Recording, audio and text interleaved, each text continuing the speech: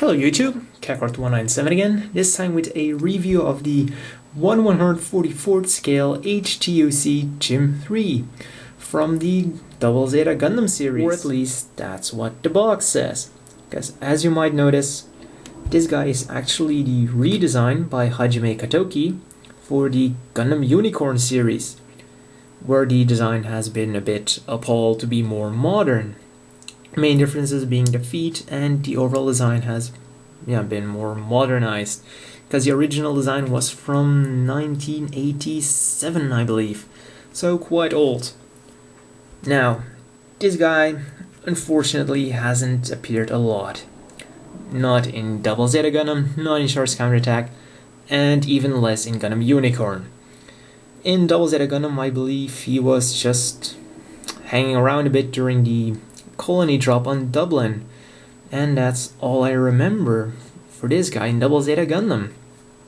Also in Char's Counterattack, he was flying around when Axis was being dropped onto Earth. Once again, not a lot, and all this guy did during the Gundam Unicorn series so far is, once again, fly around a bit. I don't even think he got any action at all. So yeah, I really hope they're gonna feature this guy a bit more during the Gundam Unicorn series, because it's really a great mobile suit. Out of all the gems, this is the most powerful one. I mean, it's got additional thrusters on the legs, the backpack is the one from the Mark II with a lot more power, and also it comes with a vast array of missile launchers. So a really versatile mobile suit. I'm really looking forward to seeing more in the Gundam Unicorn series. Now, for the review. The colors, as you can see, mainly white for most of the limbs, arms, and the head. Also a bit on the shields, so most of the missile launchers. A darkish red for the shield, cockpit hatch, also bits on the missile launchers. Gray for the backpack, the kneecaps here, most of the joints, joint connecting the shield to the arm, thrusters here, backpack. A bluish green for the chest and the feet, yellow for the vents and the collar, and last but definitely not least, a nice clear green for the visor. Now for stickers, might not be able to tell, but this gray part here are two stickers. Quite a surprise. I wasn't expecting them to put a sticker over there, but a nice green one for the back camera, red here for the thrusters, green here. These are actually three stickers, 1, 2, and 3, and a red one once again here.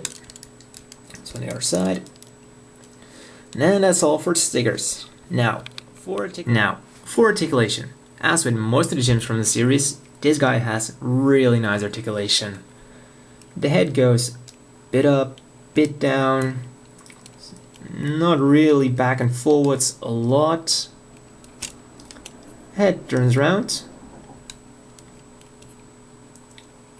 Now, the shoulder, the entire arm is a really different design from all of the other gems they've released so far. Now, the shoulder armor is connected with a peg to the arm. Now, it's on a ball joint, so it can wiggle a bit, and then the arm itself is connected with another polycap to the shoulder armor. So the shoulder armor will never really sag and will always stay in a really nice position, which is actually a really nice feature, because with the older gems you might have a shoulder that hanging off, looking really stupid.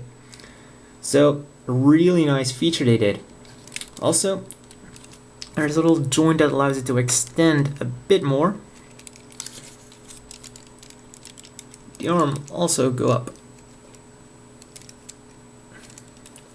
about that far on a double joint, really nice.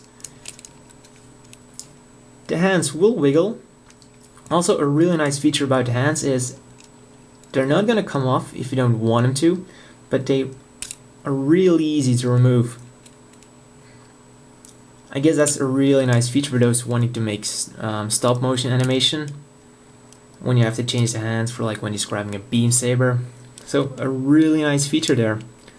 Now for the waist, they included like a ball joint to give you additional mobility, I guess. The problem is they majorly screwed up. If you want to move them forwards, snap. It doesn't give any additional... the second you start moving it, it pops off. So it doesn't really give anything extra. Yeah, they did a lot better job on the Jagan. I guess they were trying to copy that, but they majorly screwed up. Side to side a little bit. And if you extend them, and if you're careful, you can rotate it all the way around. Just be careful not to pop it off. Now, front skirts are molded together, but as with all of the modern kits, you can separate them. Also, a nice little joint. And you can like move around for walking. Once again, really nice feature if you want to do stop motion animation. And also a gap if you want to connect it to an action base. I guess a kind of unfortunate thing is that there's nothing really to cover up the gap, so the gap's always going to be there. Now, the legs move up about that far, standard. We'll bend at 2 joints really nicely, and we'll move out a lot. This mobile suit can't do a split, but it can do a grand écart. I believe that's what they call that in ballet. Not really my cup of tea, so yeah. And backwards somewhat until it hits the back skirt.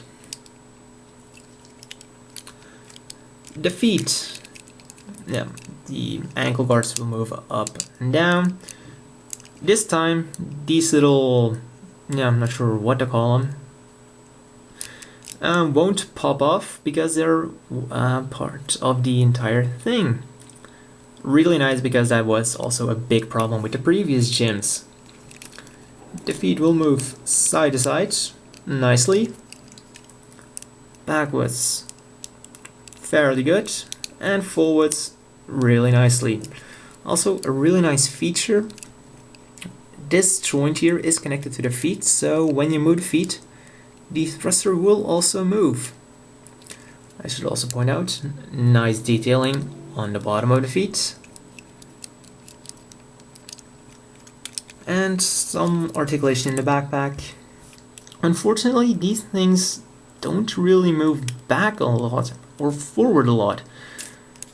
All they do is like move side to side a little bit and flail around, which is kind of unfortunate, because I would expect these to go like down all the way, like with the Jagan, to like help them take off or something. But these kind of feel useless. Now, for accessories, and this guy comes with a lot of them. First of all, the beam rifle. This is almost identical to the one that came with the Star Jagan. The only major difference is the movable handle, which for some reason they decided not to include in the Star Jagan. Also, this one fixes a problem that has been plaguing the Gym series for a long time. It can actually hold the weapon without the problem at falling out all of the time. Really great. Next up is a standard issue Federation shield. We'll rotate all the way, flaps a bit to the side, and the shield can be mounted at 2 places. Back of the arm, side of the arm. And it pegs on without any major problems in both arms. There isn't a peg to hold it in place, but the friction does a really good job. Next up, the missile pods. It comes with 2 missile pods and 4 front pieces for some extra adaptability. If you've seen the series, this variant, I guess, is supposed to like open up and reveal a lot of small missiles inside. But this is an HGUC, so it would have been quite difficult to pull that off. While this one comes with 4 big missiles, so I guess this part is for like an anti-ship combat mission, while this one is more like anti-mobile suits. And a peg on with a little peg here and a hole in the shoulder armor. Just like that. You might think that these are quite similar to the ones that the Starjagen is using. That's at least what came to my mind. But the Starjagen has a lot bigger ones. Also, the Starjagen ones aren't compatible with this guy, which is quite unfortunate. Would have been nice to have like big ass missile launchers on his shoulders, but what can be done, can be done. Next up, 2 white blobs with red on the ends. Yeah, the white pieces here should be gray and should also be 2 missiles. I guess these are the really big ones for the big ships. Problem is, these don't look really good unless you pick them out in gray. Like the shield, these are just held in by friction, but they peg in really nicely. But if you ask me, they don't look all that great in a mobile suit. Also, something I find quite weird is this part, it doesn't like move aside, but it's actually ejected. I mean, I know the Federation has a lot of money, but isn't it kind of wasteful? I mean, even if you'd only want to launch one of the missiles, you have to pop off the entire rack. That seems quite wasteful. Once again, goes in there. A little bit of articulation, depending on where you want the missiles flying off to. And I'm immediately going to take them off because they don't look all that great.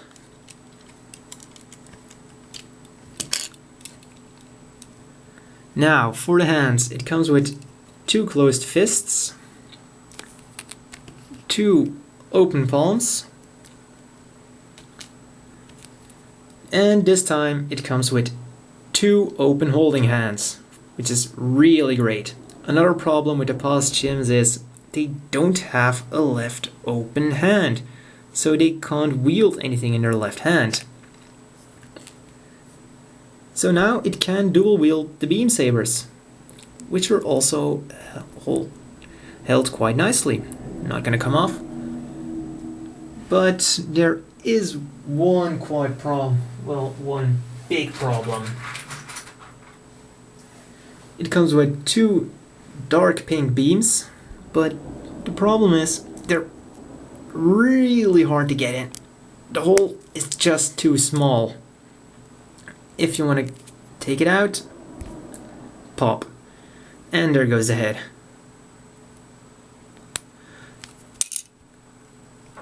So if you buy one of these, I suggest you decide whether you want to pose it with the beam sabers or not, because if you're gonna swap these out a lot, I'm pretty sure they're gonna be stuck. Well, that head is gonna, this little peg is gonna snap in no time at all. Also, a little bit of a drawback is there's like a giant gap in here in order to connect it to the backpack, which is quite of a shame, but once it's in hand, it's not really gonna show. So no big problem there. Also, a little feature, if you have seen the Unicorn OVA series, you have seen this guy hanging around, not really doing anything, but he was wielding a Jagen shield.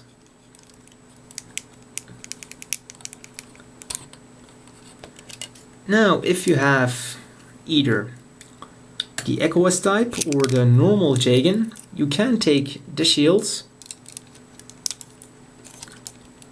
and mount it on the arm. So you can have the Jagan from the Unicorn OVA series.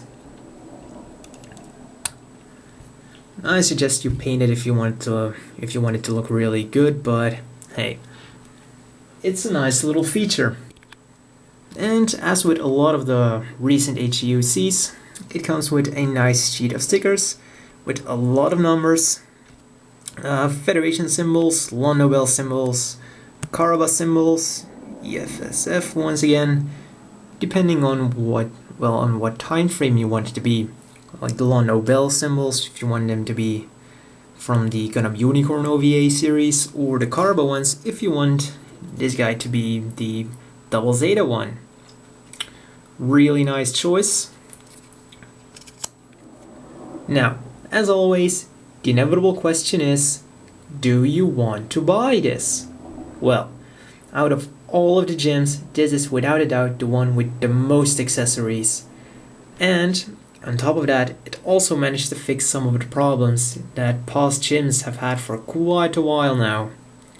So, out of all the gems, this is definitely the best one. So if you want a gem, this is the one you want to get first. And even for normal modelers, if you like the design, this is definitely worth the 1,500 yen. No doubt about it. You can exchange weapons all day long, can make them your own unique Gem 3. So, really, if you see it in stock and you like it, there's nothing stopping you from ordering this guide. Now for some comparison shots. Gem Custom and something from its own timeline, the EcoS Gem.